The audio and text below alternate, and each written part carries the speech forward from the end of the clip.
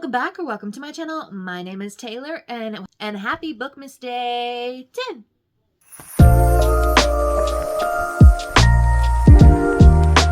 Today we're going over my most anticipated releases of 2026. And now I did want a nice round 10, but let me just say, trying to find 10 books that have been announced that I am excited for was in fact much harder task than I expected. And we do have some books on here that are by the same author, so just know that if they are not one of my favorite authors, I probably in fact did not put them on here. But yeah, we have some great stuff coming out next year. I mean, great books, great music, hopefully. I mean, we've only got 2 music announcements that I know of for sure. And then, of course, great movies. The movie announcements for next year have me going. But today we're talking about the books. So without further ado, let's hop into our most anticipated releases of 2026. First up, by one of my favorite romance authors of all time, an auto-buy author, and that is B.K. Borison's next book, And Now Back to You. Now, I did not read First Time Caller this year. I do plan on picking it up sometime, probably in February, just because I link it with Valentine's Day. But the next book in that interconnected standalone series, And Now Back to You, according to this, I haven't read the blurbs for any of these, so we're about to find out together. So it says here, Weather Boy meets Weather Girl, one big storm is heading their way. That is a tagline. I love that. Jackson Clark likes life neat, predictable, and preferably viewed from the comfort of his radio booth. Delilah Stewart prefers hers wild, spontaneous, and preferably in the eye of the storm out in the field. For years, the two have clashed like thunder and lightning until they're partnered against their will to cover the snowstorm of the century, finding themselves scrambling to figure out how to work together. Eager to be taken seriously as a journalist, Delilah offers Jackson a deal.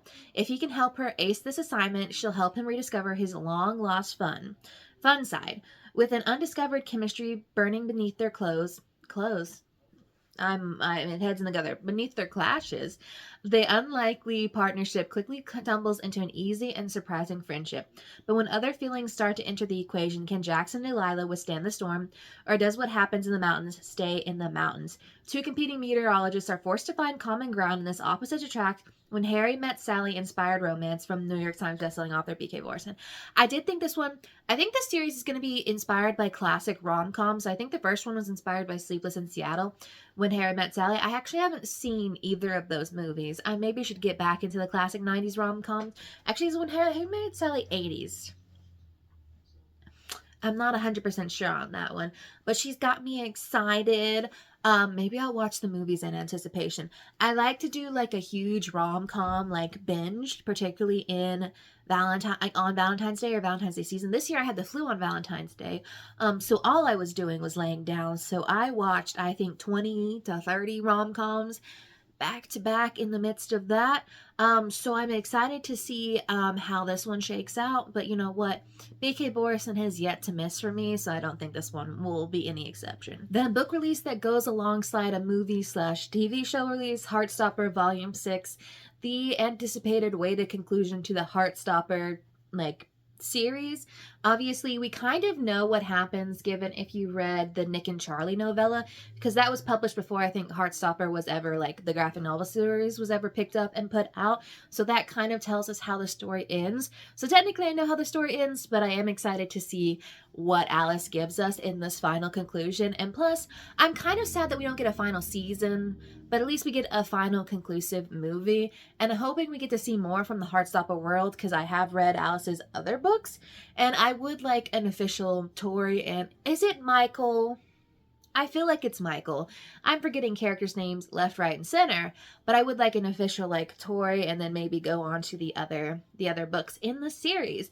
But that one is a #1 must pick up. Heartstopper is in my God tier all-time favorite series. One day I should probably do a God tier video, but it's really hard to climb into that for me because I solidify them so easily. But let's go on to the next one. Then we have a book from an author that I think I've just consistently read one book of hers a year, just because she's the kind of author that I say her prose is thick.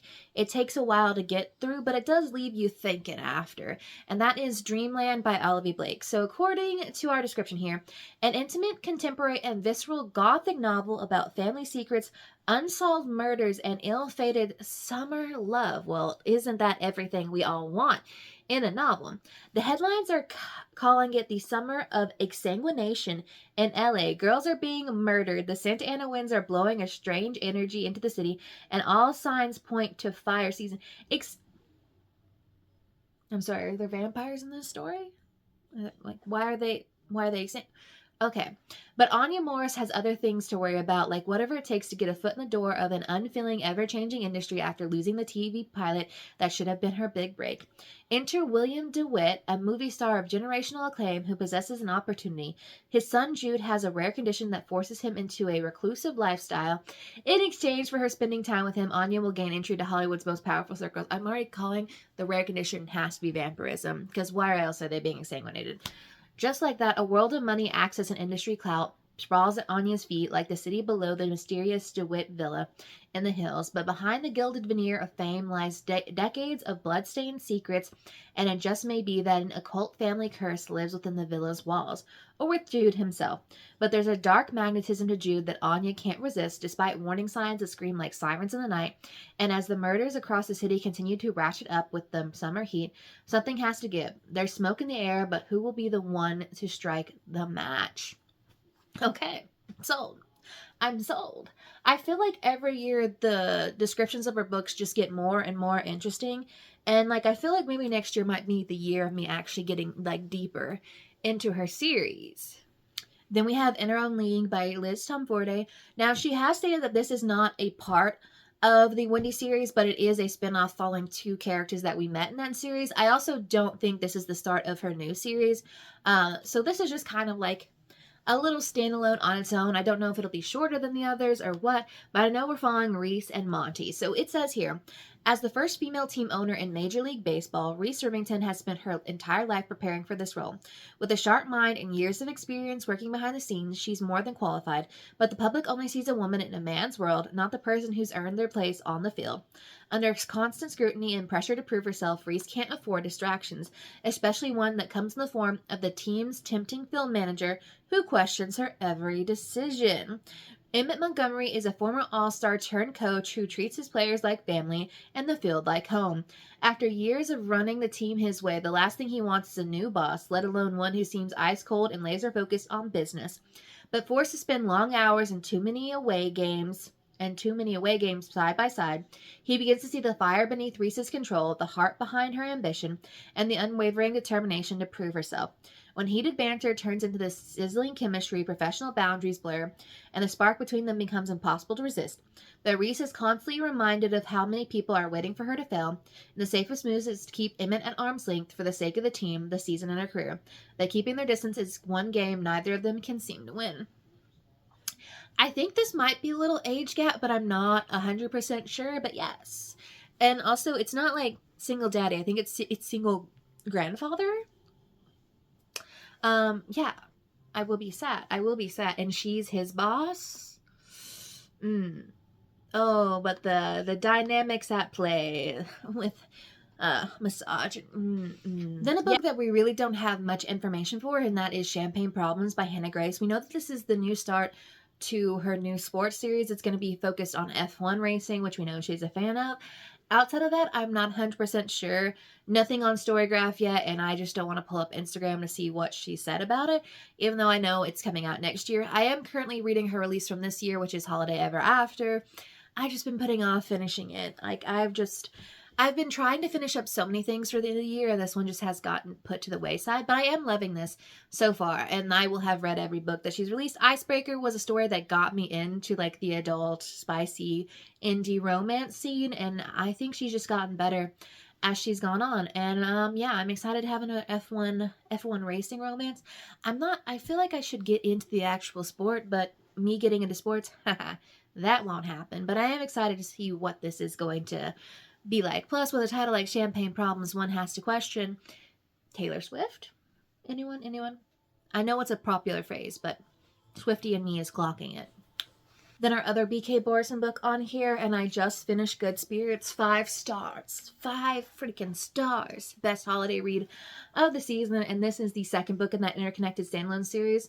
BK Borison just knows and loves the holiday romance season. Now, I think this one's going to be more on like that Halloween vibe, but it is following Ghosts, like the first book in the series. So this one is, oh, did I say it? It's Grim Tidings. I don't know if I said the name. If I didn't, then that'll be cut out. Darcy Moore is tired of death, which would be fine and good if she wasn't a Grim Reaper. Determined to outrun her designation as the villain, Darcy decides she won't be dragging her next assignment to the underworld. She'll be saving him instead. Unfortunately for Darcy, there's a complication in her plan. Guardian angel Gabriel Atos doesn't tolerate threats to his little corner of the world, and a Grim Reaper showing up at his bar is as deadly as it gets. But when he realizes Darcy is not as she seems, Gabriel must decide if he can trust his growing feelings or hold on to his long-standing grudge. But magic doesn't come without consequences, and the Department of Hauntings and Spirits will eventually come calling for their missing Reaper, a spooky yet simmering enemies to lovers tale to keep you warm this Halloween. And it says tropes, angel x demon, death but make it corporate, and star-crossed lovers. I will be sad. I don't know if, so there is, I thought there, in the book, there had, like, their mention, like, this is kind of going on at the same time that we have Nolan Harriot's story going on. But I thought that I heard the mention of a name Gideon, not Gabriel. So I don't know if he is also getting a story or if I'm just like mistaken with the G names. But yeah, I don't know if this is going to be like Christmassy or if it's going to be more Halloween-esque. All I know is it's coming out next year and we don't have much more than that. But I'll be sat and ready to see what Gideon and Darcy give us. Not Gideon, Gabriel. Why am I... Let's... All right, Kimberly Lemming coming at us with a new release this year and another long title for me to say. I punched an alien and now we're in couples therapy. I don't think this one is going to be why I choose like the first book was, but you know there will be some spicy content. I'm actually curious to see what our redemption arc is for these characters, because if you know from the first book, like these characters were introduced and stuff like that, I must say, well, I think these are technically touted as like interconnected standalones. I would always read Kimberly Lemming's series in order just because the plot line and the story grows. So it says, a zany and sexy romance about a woman who finds herself stranded on a far-off planet and mated to the warlord alien king. Oh, yes you are, babes. It's not in Blair's nature to just give up, not when she's beamed up to a spaceship and then dropped on an alien planet, not even when she's in the middle of a forest fire surrounded by dinosaurs, and definitely not when she's captured by an arrogant alien king. If King Osid thinks he can break her, he's in for a shock. Blair lives by one motto: if you stay ready, you never have to get ready. And we know how their encounter went in the first one. But absolutely nothing could have prepared her for finding out that she's that arrogant King Osid's mate. Despite recent hiccups, the alien researchers are determined to get their breeding program back on track. With that in mind, Blair and Osid are bundled off to the research center for what they're told is couples counseling. As they face a series of increasingly dangerous challenges, it soon becomes clear the research aliens may have confused an episode of The Bachelor with Survivor. Bonding over their common enemy and, shall we say, encouraged by love darts, Blair and Osid let down their walls and take off their clothes, and it does say that in the description. When they discover that there are somehow even more secret plans in the work, another hilarious, steamy, over-the-top adventure is in store. I'm so curious. I want to see the story. But, like, this world is so crazy that Kimberly Lemming has established. Like, all the worlds she creates, like, the first one, I'm like, you know what, like, I live it, like, she builds it. Like, she gives you a world, and this world that that she has created is so kooky crazy that I'm just, And this is only book 2, so I'm sure book 3 will get even weirder. And in this one, instead of a T-Rex, they're on a Triceratops on the cover, so, you know, I'm just happy and giddy and excited. Then we have a sequel to one of my favorite, like, queer romanticies of this year, and this is The Fake Divination Defense. It is a sequel to The Entanglement of Rival Wizards. I think it's just going to be, like, 2 books in the series, which, you know what, Sarah, you could give us more. You could give us more. I love how I went from last year being like, I don't know about The Nightmare Before Christmas, and now I'm like, maybe I just need to read everything that Sarah puts out. Because, like, I unhauled The Nightmare Before Christmas, and then I read Go Luck Yourself, and I'm like, okay, I can see the vision. And then okay. But the description of this one is: the Hellhounds at Urza's church propose Auric and Alexo start a PR relationship to put a positive spin on Auric's god. Oric is set to refuse and renounce Urzoff, but this situation lets him get to know Alexo. So like a sap, he agrees. By the way, this is a Dungeons and Dragons sort of inspired story, and like if you haven't read the first book, I think all of this world building, you're gonna have absolutely no idea what I'm talking about. Oric Monroe, raw ball defensive tank on the Philadelphia Hellhounds, deity Urzoff, only Oric's tired of following a god of aggressive strength, especially when the cult of Urzoff's enemy wreaks damage and the followers of both are blamed for the feud. Sports Romance gets a Dungeons and Dragons makeover with the next book in the Magic and Romance series that follows the half-giant Oric forced into a PR relationship with a feisty fan favorite cheerleader. Okay. As Oric tries to drop the fake part of their relationship, Alexo's truths emerge and Oric finds he isn't the only one tangled in God's will. Enter Alexo Warden, cheerleading department. Oric saves him in a bar and fans go feral for the star athlete protecting the pint-sized dude in distress. When Oric has to save Alexo, even if it shames his god, he's never been stronger. Okay. Yes. You will not understand anything there. But yeah, the cover has me so intrigued because like the size difference between these two, like, yeah. So that's all I can think of every time I look at that. But I am excited because I loved Oric from the first book. Then we have Timothy Jodorowsky's new release for next year, not excluding any of their like holiday romances because I can't remember what they're releasing for holiday next year. We have 1 week to win the chocolate maker. Woo-hoo-hoo. The spiciest risks lead to the sweetest rewards. Well, yes, ma'am. In this delicious MM retelling of Charlie and the Chocolate Factory. Oh, just give me all the queer retellings because I mean they've been doing well for me. Dario Cantonia has a problem. Per his late grandfather's wishes, if Dario's not married by his 32nd birthday, his family chocolate empire will go to his philandering little brother. Why 32? Feels like an odd number. Not 30, not 35. Okay.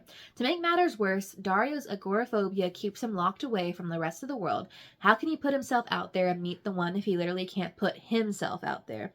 Well, Timothy Jodorowsky really likes to touch on mental health in all of his books, and he's definitely gotten much better at it as time has gone on. The solution, a global competition. 5 lucky contestants get an all-expensive paid trip to Dario's luxury Italian villa for a chance of becoming his lawfully wedded spouse. Okay, I was thinking he was Italian. He's Italian? Anyone else getting bombarded with Fabio on TikTok? I'm just saying. But inspiring tattoo artist Charlie Moore isn't looking for love. He's looking for a miracle, and as his grandparents' sole caregiver, he's desperate to keep their bill collectors at bay. Marrying into the Amorino chocolate fortune could save his family home from foreclosure, but when Charlie meets the brilliant heir, their attraction is instant and very, very real. After a whirlwind week of wine, indulgence, and temptation as spicy as it is sweet, will Dario and Charlie melt under the pressure or find a love that's truly worth it? Oh, I need it in my hands now. He has gotten me close to tears before in a book, particularly new adult. I feel like this one feels like it might get me there. I need to stop reading these descriptions because I'm getting excited for books that I cannot physically have right now. So this last book is a bit of me cheating because it's technically just getting a repub, or I think it's getting a traditionally published version of it. But you know I love me a Talia Hibbert. I read 3 of her books last year. I've read 3 of her books this year. Actually, no, I read 4 of her books last year and then 3 of her books this year. I might read another before the end of the year. Talia Hibbert and B.K. Borison, I think, are fighting for my favorite romance authors. I mean, I have books from other romance authors, but like for adult romance. Yes, yeah. All right. She's the town pariah. He doesn't give a damn. Oh, by the way, this is Ravenswood book 1, and I know that it's originally published in 2018. I know she like has a special place in her heart for this series. I think it's one of the series that really got her into publication. So, in Ruth Kaba's world, comic books are king, silence is golden, and human contact is a pesky distraction. Oh, we've got a comic book nerd introvert. Okay. She doesn't like people, which works out just fine because the people in this small town don't like her. The exception to that rule, Evan Miller, her way too charming next door neighbor. Oh. Is it going to be reverse Capri Sunshine? Okay. Ex-military man Evan is all tattooed muscle on the outside and a big cuddly teddy bear beneath. So I'm thinking about getting some tattoos in the new year. I have a problem if you present me with a tattooed or tattoo artist's character. I think I'm gonna love it. Yeah, he's used to coaxing prickly people from their shells, but he's never met a woman quite like Ruth, blunt, sarcastic, and secretly sad, and she's his exact opposite, which she's also his deepest desire. Soon, Evan's steady patience and smoldering smiles are melting Ruth's reserves, but when small town gossip from her past begins to poison her future, she's forced to make a choice. Should she trust Evan completely, or is her heart safest alone? I can read this now on Kindle, I'm pretty sure. I can read this now on Kindle, right?